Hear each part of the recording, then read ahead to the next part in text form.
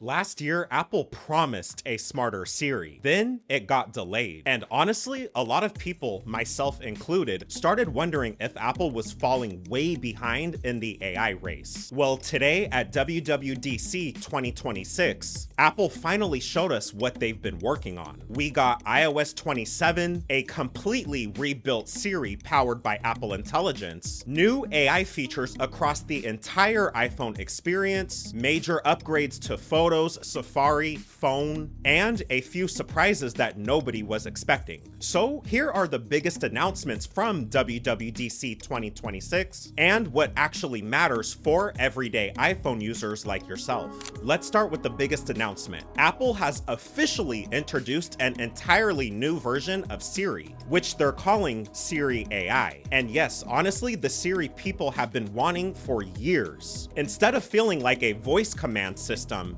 Siri now works much more like ChatGPT or Gemini. You can have natural conversations with it. You can ask follow-up questions. You can even reference things you've talked about before. And Siri can understand context much better than ever before. For example, if you're talking about a vacation and then later ask, "Can you send that hotel to my brother?" Well, Siri can actually understand what that hotel refers to. And I don't know about you, but I feel like that's a huge step forward. Apple also announced a dedicated Siri app that stores your conversations and syncs across your Apple devices. One of the coolest upgrades is something called on-screen awareness. Basically, Siri can understand what's currently displayed on your iPhone. So imagine you're looking at a restaurant website. You could simply say, "Add this place to my notes," or something like, "Text this restaurant to Sarah." And Siri understands exactly what you're talking about. No copying, no pasting, no explaining. It can see the content that's already on your display and work with it. Apple is also expanding visual intelligence. So pretty much you can point your camera at objects and ask questions about them. You can identify products, learn about landmarks, get real-time information about things around you. Think of it kind of like Google Lens built directly into the Apple ecosystem, but with deeper Siri integration. Instead of keeping AI in one app, Apple is basically spreading it throughout iOS 27. And honestly, this is probably where most people will notice the improvements. Apple showed AI features appearing inside Safari, Photos, Passwords, Phone, Messages, and other system apps. The goal is to save you time without forcing you into a separate chatbot app every time you need help with something. Now, however, there's also a brand new Siri dedicated app. And pretty much this is a dedicated spot to interact with the assistant across iPhone, iPad, Mac, and Apple Watch. And your Siri conversations sync across all your devices. So you can start a chat on your iPhone and pick it up on your Mac. Apple also announced a major overhaul to Apple Intelligence with new foundation models. And what that means, basically, Apple announced in the presentation that they're partnering with Google to power all this AI stuff. Apple says Siri can now better understand context, images, and more complex requests than ever before. It supports image understanding, realistic image creation, and advanced photo editing. In practice, that means you can describe an edit you want, like let's say, remove that person in the background, or make this look like a sunset, and Apple Intelligence can handle it for you. I think that's a pretty huge one. I really hope they deliver well on it. Apple also announced something called a system orchestrator, basically a central controller that coordinates Apple Intelligence across all your apps, helping Siri understand what you're doing and what app you're currently using before responding. And on the privacy side, Apple says all of this runs either on device or through their private cloud compute system. Your data is only used to fulfill your request. The message throughout WWDC was clear. Apple wants AI to be powerful without sacrificing privacy. One feature I think a lot of people will appreciate is called call context. When you're on a call, your iPhone can surface relevant information automatically. So let's say think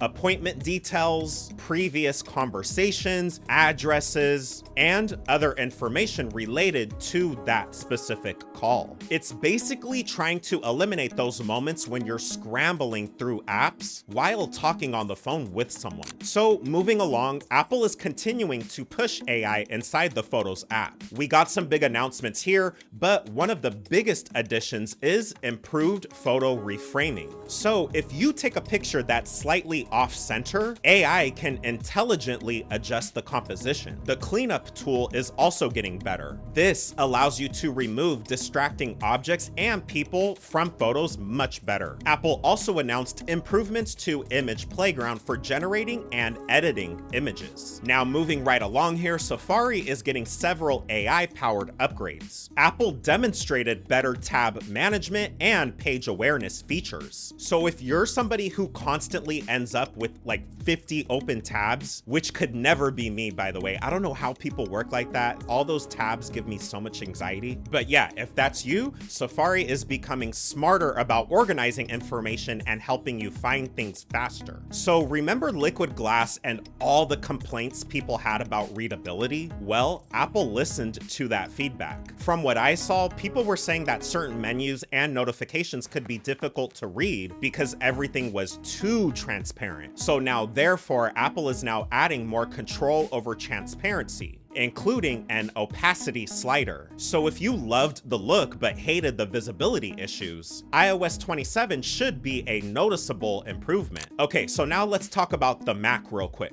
macOS 27 has a name, and they revealed that it's going to be called Golden Gate. You can control click on pretty much anything, an image, a video, text, and access Siri directly from there. Apple also demoed the ability to select multiple presentations and then ask Siri to compare them and help pick the right one. The sidebar in macOS is expanding and gains color based on which window you're in, which is a nice quality of life touch. Now, Apple spent a solid chunk of the keynote on something that doesn't always get the hype it deserves: child safety and parental controls. And the upgrades here, I'll say, are genuinely significant. So the updated child account system lets parents control which apps their kids can access and when throughout the day, how much time they spend in specific apps, whether kids can download new apps from the App Store with an Ask to Buy feature, whether kids can browse certain websites with an Ask to Browse option that will require parental approval. Apple will also automatically censor nudity and gore for accounts flagged as children's accounts. And developers now have a new set of APIs to build age-appropriate experiences inside their apps. Beyond kids, Apple also improved general account security. Recovery contact setup is now easier. Emergency alert monitoring got an upgrade, and Spotlight, Photos, Mail, and system-wide search were rebuilt from the ground up for smarter, faster results. Something I do want to say before you get too excited, not every iPhone will get every Apple Intelligence feature. So just like last year, some of the more advanced AI features will require newer hardware. And yes, that basically means you need to have a newer iPhone to access these. So before you install the beta, make sure your device is actually supported. And with that said, the developer beta is available starting today. The public beta is expected to arrive sometime in July, and the final release will launch this fall, likely around September, of course alongside the next iPhone lineup. The biggest takeaway from WWDC 2026 is that Apple is finally treating AI as part of the operating system, instead of a separate feature. Now, whether it actually works as well as Apple showed on the stage remains to be seen. We're gonna have to see what happens with that, because we know what happened last year when they announced Apple Intelligence, and honestly, it sucked. But if Siri performs even half as well as what we saw today, this could be the biggest Siri upgrade since the assistant first launched. So what feature are you most excited about? Let me know in the comments, and if you're excited for more iOS 27 coverage, make sure you're subscribed, because I'll be testing all of these features as soon as I can. And I will see you in the next video.